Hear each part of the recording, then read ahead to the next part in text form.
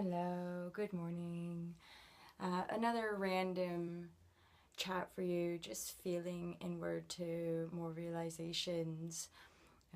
Really, it all comes back to feeling and practicing love, to really calming down the mind, that our experience ultimately is not about our own thoughts necessarily, really, at all. It's not about the external images or forms of the stuff around it. Very much is our own experience of feeling our true nature, which is much more peaceful and loving, and the connection that we have with one another and indeed with everything around us. So it's sort of cultivating, to me, there's these sort of basic tenets that have really guided me back to feeling and being able to authentically and truthfully practice unconditional love for myself. So that really has to do with taking full responsibility for my life and everything that I feel, everything that I experience, both inwardly and of course externally, that like I'm totally responsible for all of it. So if I'm not feeling great, or if I can see that in my mind I'm projecting some emotions onto somebody around me, that's a false perception. That's a habit I got into, and it really is our ability to catch that direction of thought, or to catch a feeling that doesn't feel good. Okay, any of those feelings that are externally projected are closing us off. They're going to be limiting us, and ultimately they're going to make us feel pretty shit. Okay, so you're going to feel frustrated, resentful, bitter, angry, and it's really part of that responsibility is to own the feelings, to own the emotions and the experience, and just trust that it passes, because it does.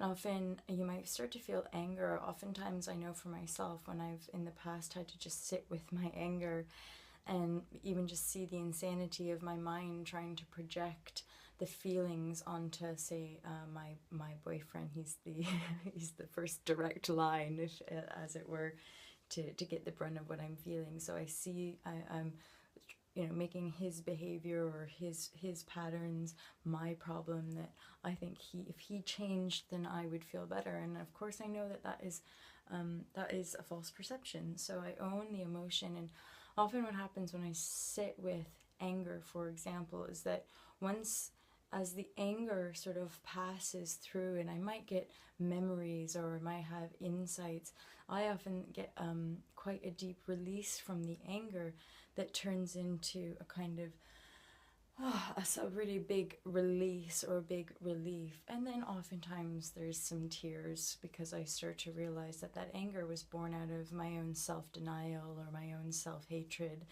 And of course, as a being of light, to release that kind of dense frequency, that kind of anger, that kind of holding on to fear, or holding on to my own limitedness and my own separation, as that's released, it's emotionally, physically, mentally, all of it starts to feel like a massive burden's been lifted off my shoulders. And often the tears come from my own inner recognition of lack of love. And actually, oftentimes those individual moments of release can be a lifetime of self-hatred, or a lifetime of being really hard on yourself. And I've just found the tears is almost just like, oh, thank God that's leaving, or thank God I've been able to watch this, and now I can love myself even more because I'm not holding on to that. I think that's it for today. Random chats with me. I'm Molly. My website is called All to Love, and really the idea is that we all individually take responsibility and consciously raise our vibrational frequency to that of love or above, peace, joy, enlightenment, and I'm starting some law of attraction groups in the local area where I live, and I'm really branching out now. I can feel myself, it's not a good thing or bad thing, I can just feel myself letting go of my current paradigm, which is that of teaching yoga postures, breathing and meditation with groups, and now I want to move into public speaking and also working one-to-one with people. Like, obviously I'll always can draw on my yoga movement and sort of physical background when it comes to working with maybe realigning the body or making a few physical adjustments to improve our posture. But mainly I want to talk to people about this awakening and about raising our vibration, and explain in more depth really how that works, and how it really is only ever our own experience. I know that's a big one. Yeah, we're so trained, we're so conditioned to be behaving in a certain way, and I know for myself it's a lot of patience and diligence, and definitely whenever you can, whenever you can muster it, really love yourself, like deeply, and you'll begin to see new people appear in your life, or maybe you'll attract some healers, or maybe a friend that kind of you started to feel a bit of a discord with, or you started not really resonating with that person. Maybe they'll go off traveling, or you never know. Just trust that your inner guide, your inner spirit, and indeed the entire universe is always shape-shifting and is showing you the way back to yourself. So please feel free to comment, or of course you can always get in touch with me. You can visit my website. And on my website, you're free to book online. I've started offering these spiritual sort of life coaching sessions, which is really just drawing on all my experience and offering more committed and direct kind of spiritual guidance for people.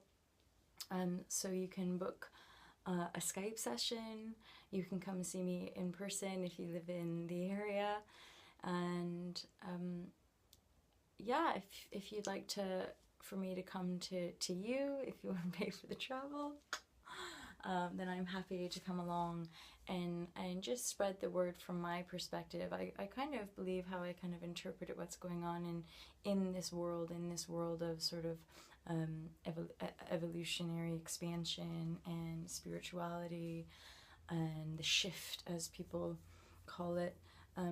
We're all of the teachers, all of the speakers, all of the leaders in this kind of new paradigm world are essentially all saying the same thing. Okay?